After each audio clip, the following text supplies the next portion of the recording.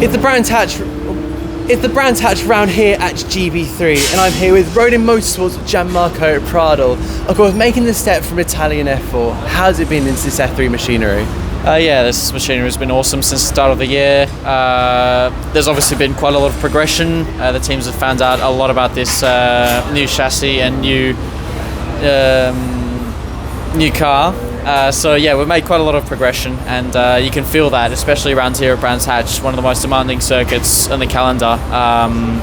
Just feels awesome, and having all the downforce, all the power, especially around the back on the GP layout, really, really interesting, really good to drive.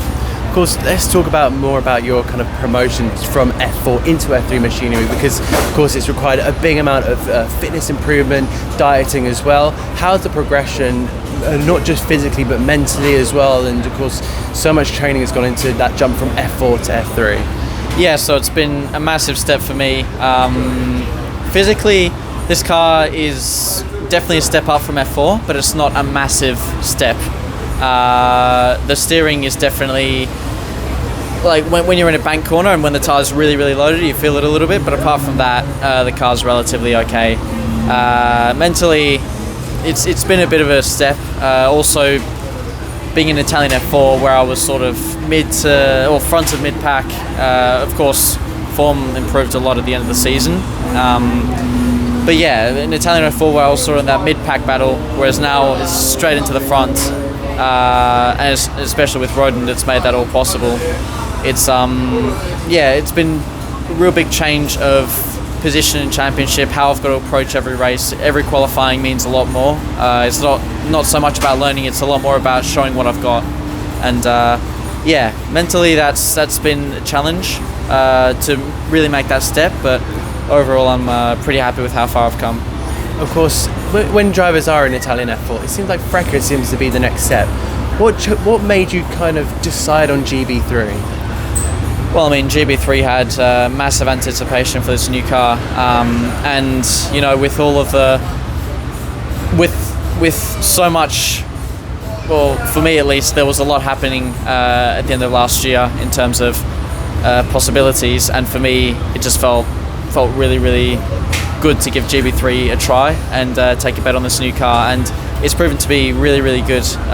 Learning a lot from this car and learning a lot from these tracks.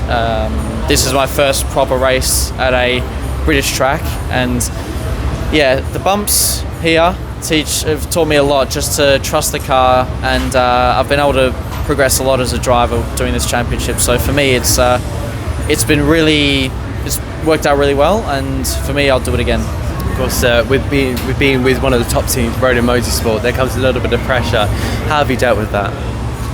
For me, when I get into the car, just try to relax as much as possible and just focus on doing the best job that I can when I'm on track. Rodin's done an amazing job off track, and all of the mechanics and engineers here, like Dan over there, they're all really, really on it, and it's just a fantastic environment, great people to work with, and they know how to make a car go fast, so couldn't really ask for much more. Of course, you've had a pretty decent season running in third in the championship. Is that where you expect it to be at this point? I mean, if you asked me at the start of the season, I wouldn't really have told you an answer. I didn't really expect to be anywhere.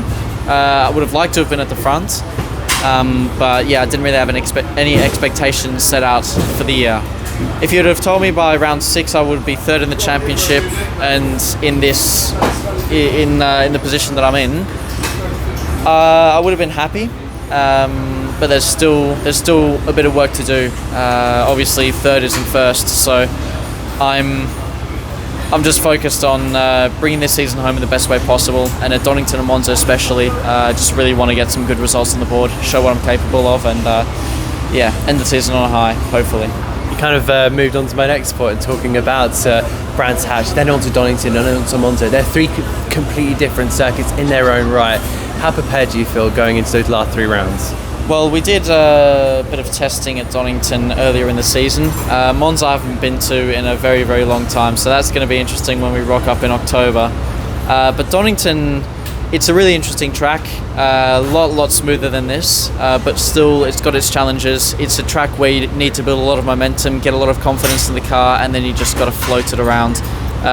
Whereas with Monza, it's all about heavy braking zones, getting into the toe. So it's a little bit about games as well as with it's a little bit about mind games at Monza, whereas with Donington you can more just drive the track, and both very, very different here, where you just want the clearest air possible and you just want to get into a rhythm. So there'll be two different challenges, but I'm ready to adapt. I'm going into those rounds open, and yeah, we'll see what happens. I was talking about the future as well. You know, every single driver has a future.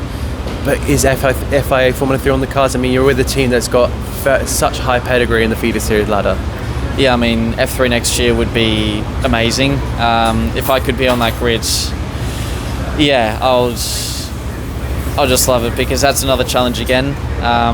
You know, with such limited track time, going into qualifying, and there are so many unknowns, and just having to really work behind the scenes, put in the hours, and then once you get to the track, you just really need to be on it from the get-go. So yeah, I think F3 would be an amazing challenge for me next year, and I'd love to do it, but it just depends on opportunities and what comes by the end of the season. So for now, I'm just focusing on GB3, and we'll see after this season what materializes. But yeah, F3 would be fantastic. Even